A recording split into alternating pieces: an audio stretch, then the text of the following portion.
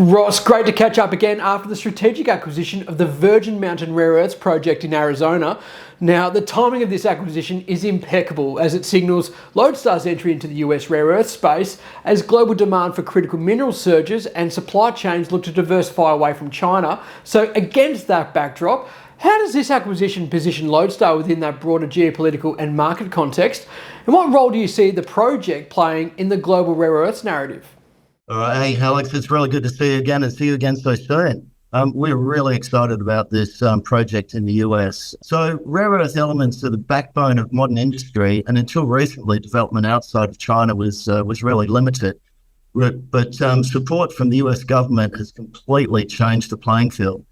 There's now a perfect environment for new rare earth projects to succeed. At the same time, the energy landscape is shifting fast. Demand for heavy rare earths is massive. Just one wind turbine needs around 400 kilograms of dysprosium, for example. And as the world pushes harder for sustainable energy, demand for these elements will only grow. So this might sound a little bit corny, but Virgin Mountain isn't just a project, it's an investment in the future. Thanks, Ross. Now, Virgin Mountain sits just 2 hours from MP Materials' world-class Mountain Pass mine.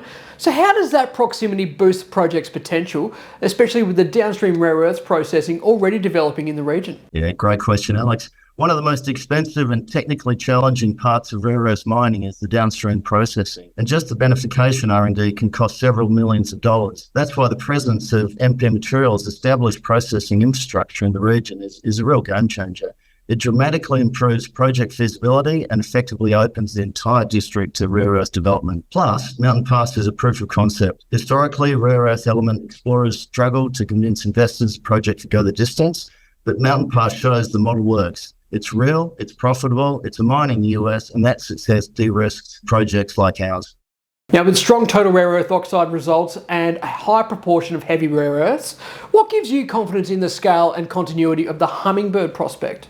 Hummingbird has outstanding exploration potential. The radiometric anomalies here have been attracting uranium prospectors since the 1950s, but incredibly, the area has seen very limited modern exploration. Historic USGS work linked those anomalies to rare earths, yet very few rare earth assays have ever been taken. And the ones that were within our project have very high-grade mineralization. On the ground, we're seeing structurally bound mineralization open along strike within a 5-kilometre shear zone, a structure large enough to host a really significant ore body. The only thing missing so far is drilling. And to top it off, a 1991 report confirmed the uranium explorer sunk an 85-foot shaft into a highly radioactive structure that has never been assayed for rare earths. So we have a strong radiometric anomalism at surface and potentially at depth, high-grade samples, and a 5-kilometre structure with room to host scale and continuity. This gives us real confidence in the size and quality of the opportunity. And just finally, Ross, how does this move expand Lodestar's critical minerals footprint and tie into your broader push across Australia and South America?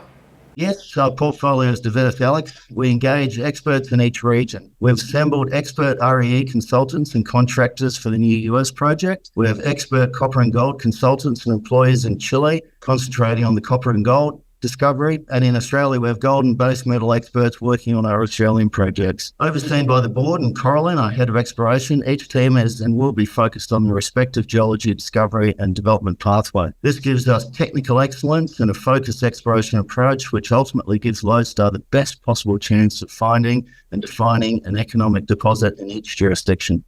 Thanks, Ross. Look, congratulations on this acquisition. It's a great step for Lodestar, and I look forward to seeing further updates down the track. Thanks for joining me. Thanks, Alex. I'm getting back to work now. We'll catch you later.